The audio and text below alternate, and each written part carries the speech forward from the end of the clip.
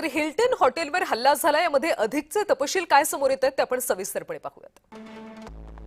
तर हल्लेखोराचं नाव Coal Allen असं असल्याचं आता समोर आले।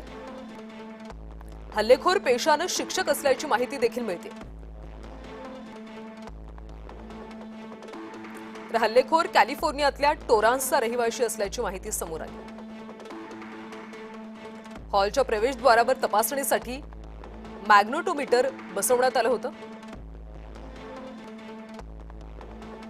हॉलमध्ये हल्लेखोर ट्रम्प यांच्यापासून 50 यार्डापर्यंत पोहोचला होता। एवढी शस्त्र घेऊन हल्लेखोर शिरला कसा याचं ट्रम्प यांना आश्चर्य वाटलं। हल्ल्यावेळी ट्रम्प, पत्नी मेलानिया, उपाध्यक्ष वान्स आणि अनेक मंत्री उपस्थित होते। हल्ला झाला तेव्हा हॉलमध्ये 150 ते 200 लोकांची उपस्थिती होती।